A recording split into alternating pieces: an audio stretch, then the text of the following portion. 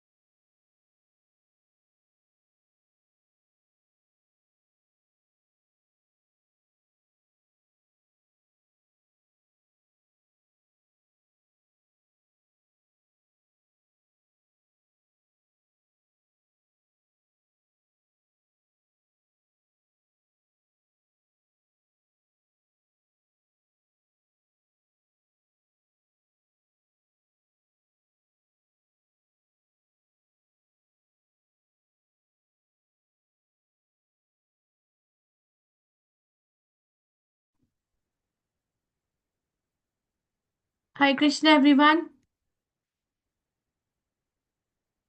हरे कृष्ण माता जी, दंडवत प्रणाम। दंडवत प्रणाम हरे कृष्ण माता जी, प्रणाम माता जी, हरे प्रणाम माता जी। प्रणाम माता ji. Hare Krishna.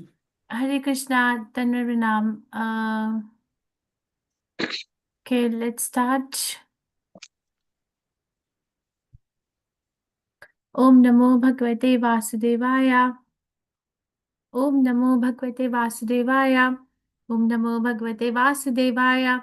Narayanam Namaskrityam Naram Chaiva Narottamam Devim Saraswatim Vyasam Tato Jayodhirayet नष्टप्रायेषु भद्रेषु नित्यं भागवत सेवया भगवती उत्तमा श्लोके भक्तिर्भवति नैष्टिकी. Reading from Srimad Bhagavatam, 6th canto, chapter 16, verse number 10. Okay, whoever wants to read the verse can raise your hands. Nahi ashyasti priya kaschin na apriya swaparo apiva eka sarvadhiyam drashta कर्तृणाम गुणदोषयोः दोषयोः.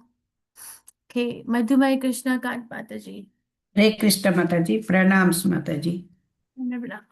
ओम नमो भगवते वासुदेवाय। न हि अस्यास्ति प्रियः कश्चिन् न अप्रियः स्वः परो अपि वा एकः सर्वधियां दृष्टा कर्तॄणां गुणदोषयोः. थैंक यू माता जी। हरे कृष्ण। Thank you. चित्रमोहिनी माता जी. हरे कृष्णा. हरे कृष्ण माता जी, प्रणाम माता जी। ओम नमो भगवते वासुदेवाय।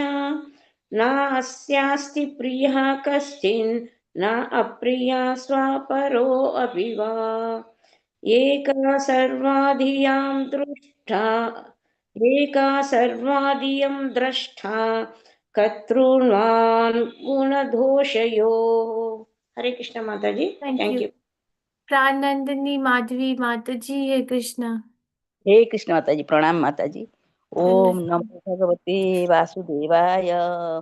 न हि अस्य अस्ति प्रिय कश्चिन् न अप्रिय स्वपरो अपि वा एकः सर्वधियं दृष्टा कर्तॄणां गुणदोषय। हरे कृष्ण माता जी, थैंक यू माता जी। Thank you. उषा दयावती माता जी. हरे कृष्णा. हरे कृष्ण माता जी, प्रणाम माता जी। ओम नमो धन्यवाद. भगवते वासुदेवाय। न हि आस्यति प्रिय कश्चिन्न प्रिय स्व परो अपि वाम एक सर्वादियं दृष्टा कर्तॄणां गुणदोषया। थैंक यू माता जी। हरे कृष्ण। कृष्णा. मधुमती विलासनी माता जी. हरे कृष्णा. हरे कृष्ण माता जी, दंडवत प्रणाम माता जी। धन्यवाद. ओम नमो भगवते वासुदेवाय। नाहि अस्यास्ति प्रियः कश्चिन् न अपि कश्चिन् न अप्रियः स्वः परो अपि वा एकः सर्वधियां दृष्टा कर्तॄणां गुणदोषयो। थैंक यू माता जी। हरे थैंक कृष्ण। यू कृष्ण. सूर्य प्रकाश राव प्रभु जी. हरे कृष्णा. हरे कृष्ण माता जी, प्रणाम आलक। धन्यवाद. ओम नमो भगवते वासुदेवाय।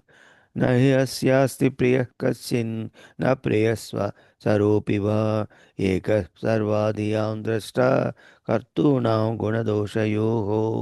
हरे कृष्ण माता जी। Thank you. Shubha Rao Prabhuji, Hare Krishna. हरे कृष्ण माता जी, दंडवत प्रणाम। Dhanavana. न ह्यस्यास्ति प्रियः कश्चिन्न प्रियस्व स्वरोऽपि वा एकः सर्वधियां द्रष्टा कर्तॄणां गुणदोषयोः। Hare Krishna. Thank you. Hare Krishna. Na, not, he indeed. Asya to the living entity. Asti, there is. Priya, dear. Kashchit, someone. Na, not a Priya, not dear. Swa, own. Paraha, other. Api, also. Va, or. Eka, the one. Sarvadhyap, of the varieties of intelligence. Drashta, the seer. Kartranam, of the performers. Guna, doshayo, of right and wrong activities. Translation by Sri Prabhupada Ki Jai. For this living entity, no one is dear, nor is anyone unfavorable.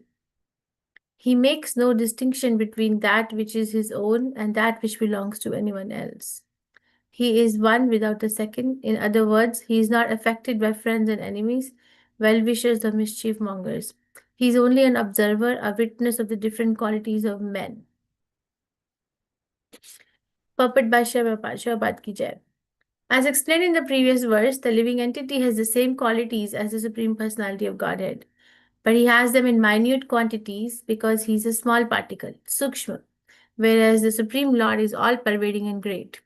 For the Supreme Lord, there are no friends, enemies, or relatives, for he is completely free from all the disqualifications of ignorance that characterize the conditioned soul.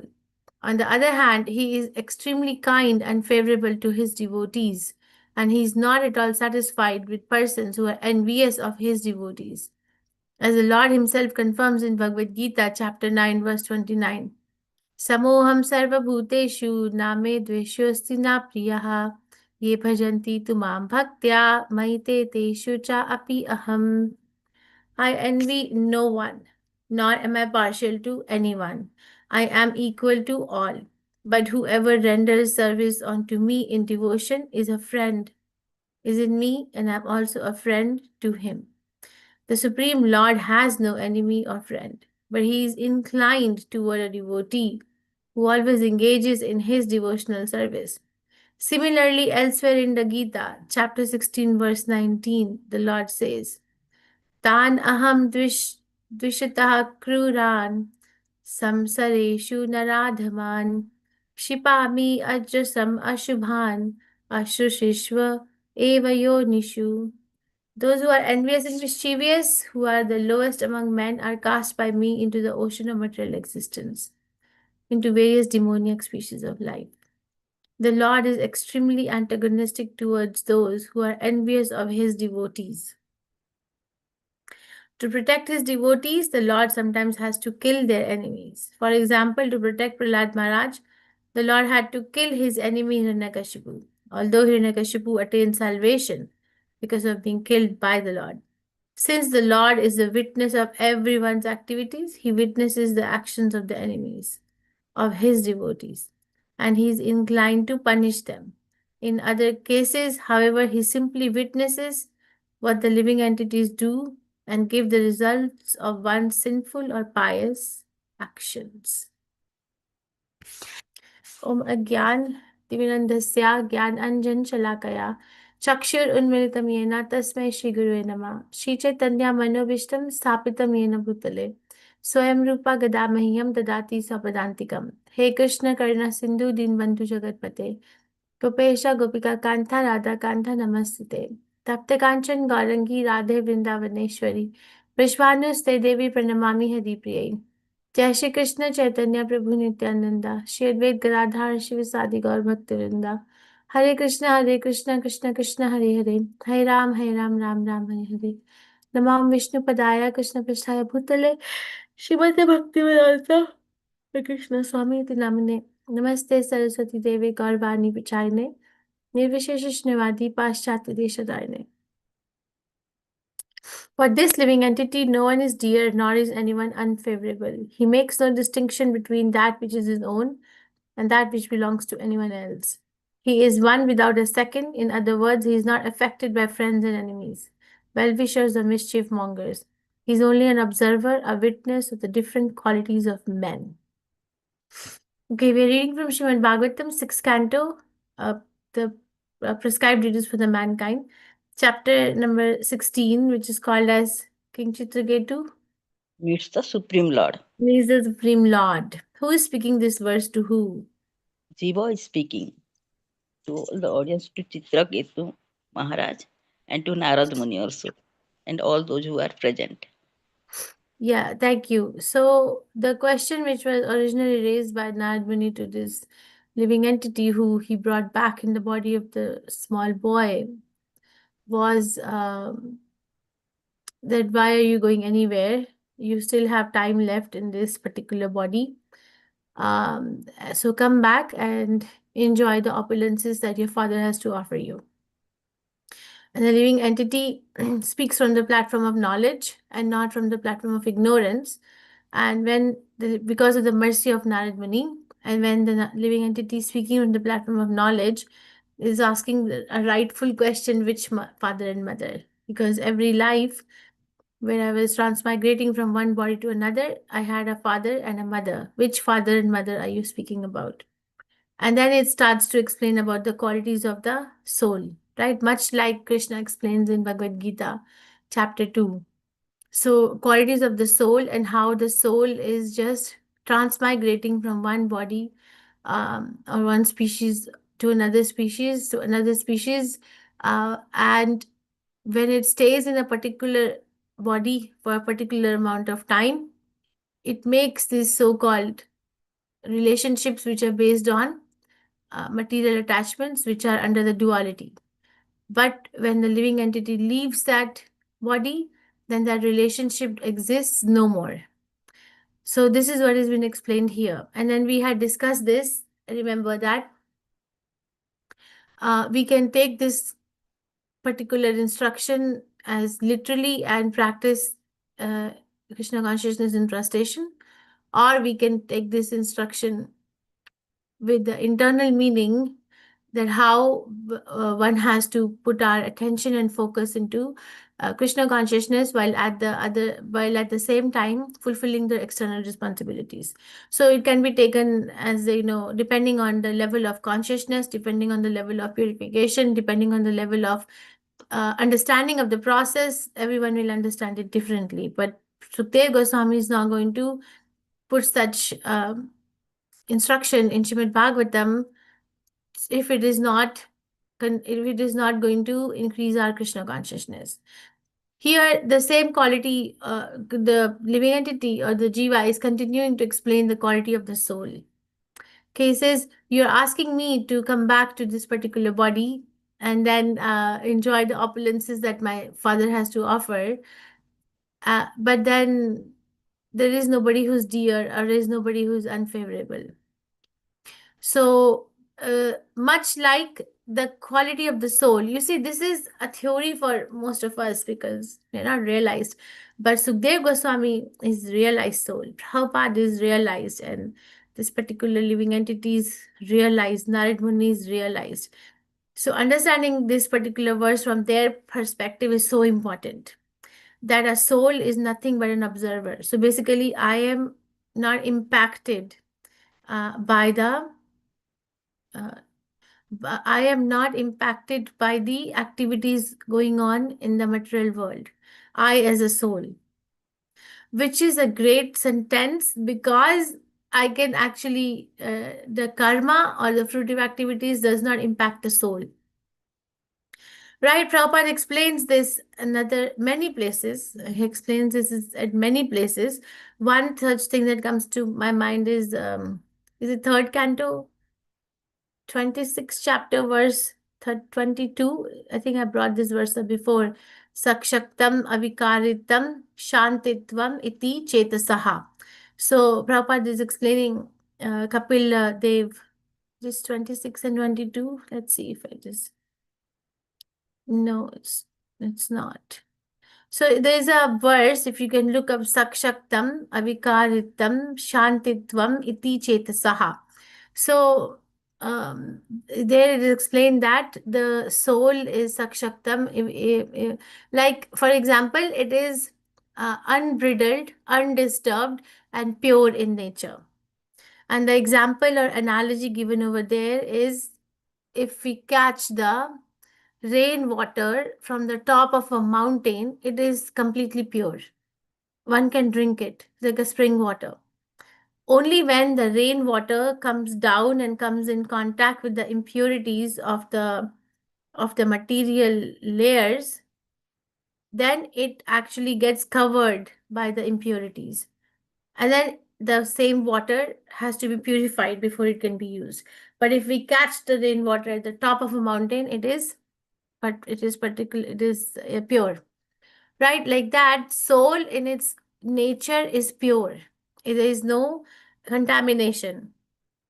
And if there is no contamination, so these qualities don't exist, because these qualities, that somebody is dear to me, somebody is my enemy, somebody is a mischief monger, somebody is favorable to me, somebody is unfavorable to me, or I am favorable to someone or I am unfavorable to someone, is because of the contamination of the material modes of nature. Okay, understand this. I wish we can, Krishna give me the. So this is verse Sakshaktam Avikaritam Shantitvam Iti Chetasaha. If someone can tell me where is this verse? Priti Lakshanam, something. I think I have a feeling it is in the 26th chapter, but may not be the verse that I'm saying. If you can look up, tell me. But I continue from here. So understand, this understanding actually makes one feel very light in their practice of Krishna consciousness. Otherwise, if we are as we are progressing in our life without Krishna consciousness, the life becomes more and more burdened.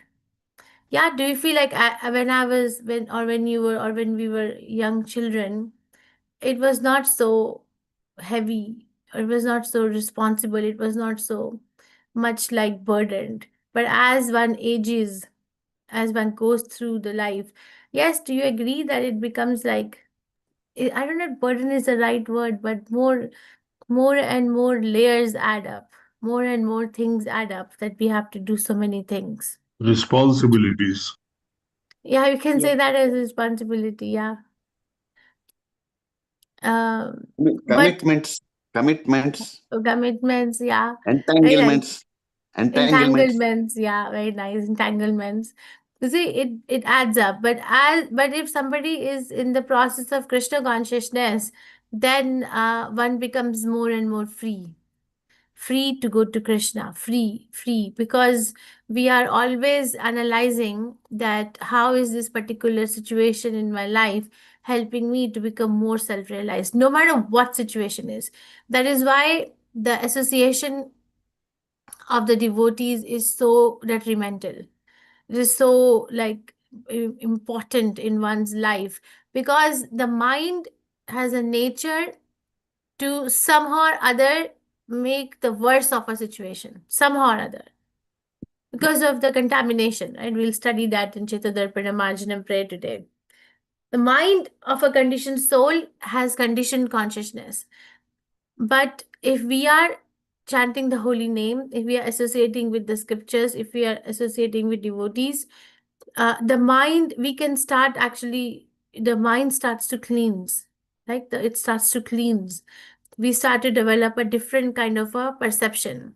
And the ultimate kind of perception is explained in this verse, that I am only an observer, a witness of the different qualities of men. This is a result of completely purified mind, completely purified heart, completely purified consciousness. Unless and until one is completely purified, this is not going to come up. And we see that in the life of your devotees by their action. Right? If somebody is entangled, we are at the mind. The problem is in the mind. You see, it's the Prabhupada explains it very clearly. The problem is in the mind.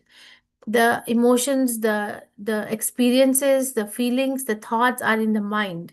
Now, if the mind is contaminated or is, become a junk house of material modes of nature, then the entanglements will continue no matter where one is placed. Like Prabhupada gives example of a machine called Dheki. He said Dheki is a machine which separates the husk from the seed of a wheat. Okay, so he said when you put that machine in Earth planet, it makes that it does the same job. If you place that machine in heavenly planets, it will do the same job. If you take that machine in the hellish planets, it will do the same job. So the point that Prabhupada is trying to make there is that unless and until the mind is changed, it's cleared of the dust. No matter where we go, we are going to be the same, no matter where we go. And Narad Muni explains it in a different manner that a living entity thinks that if I can change my situation, then I can probably change the karma. Right? That's why we are endeavoring to improve our lifestyle, to improve our health, to improve our, living, everything, to improve our education, everything. Because Narad Muni says that the fundamental reason why we are trying to so-called improve is because there is a notion in the conditioned soul that if I can do this, then I can change my karma. If somebody is born in a very poor family and they think that if I can study and if I can get to a very comfortable place, then I don't have to go through the same karma as my family had to go through. This is a thought process. But Narad Muni says that actually we may change the way the karma comes, but we cannot change the aftermath of karma. That can only happen with the mercy of a pure devotee.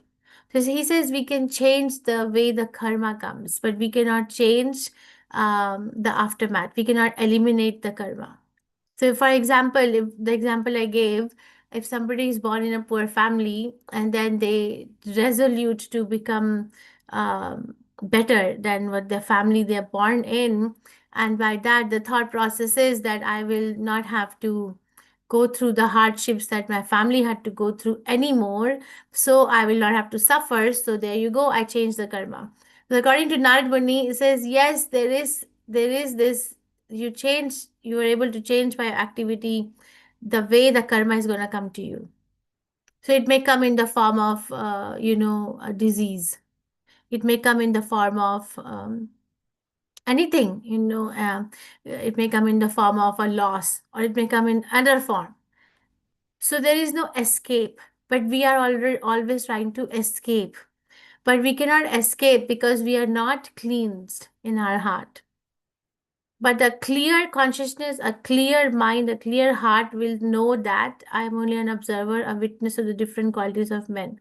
So I was thinking the next time if somebody says something bad or not so palatable to me, maybe I have to pause and think that what am I witnessing here? My behavior, other person's behavior, before I react to it. Okay, and this is a quality coming from Krishna. Prabhupada is explaining where is this coming from? That there's nobody who's dear, there's nobody who is envious, or nobody who is more preferred over the other. Where is this coming from? It is coming from Krishna, because Krishna maintains that neutral position. Unless somebody becomes his devotee, then Krishna becomes inclined to that person. For an ordinary person, Krishna, Prabhupada explains in the last line, that Krishna is witnessing, in what the living entities do and give result of one sinful or past action. But if somebody becomes a devotee, then he takes personal interest to make sure that the devotee is protected. What is that word? Rakhe Krishna, Mare Krishna, Rakhe ke. It's like literally means that if I am becoming a devotee of Krishna, then Krishna takes a personal interest, not just as a witness and a permitter or an overseer. Takes a personal interest. I think that's a good life. I think it's a very secure life. A conditioned soul is looking for security. Any life, any species, you're looking for security, right? So it's a good life to look for security at the lotus feet of the Supreme Personality of Godhead. And Krishna will not fail us. Our own arrangement will eventually fail us. But the arrangement of the Supreme Personality of Godhead will never fail us. I think I'll stop here. So understand that where is this verse coming from? Which level of realization is one speaking? Understand that how can I really apply it in my own life for whatever progress in bhakti I've made so far, in whatever level. It doesn't matter. Okay, can I still use this particular knowledge to enhance my Krishna consciousness in a very favorable manner? Any questions, reflections, realizations, corrections? Yeah, Guru.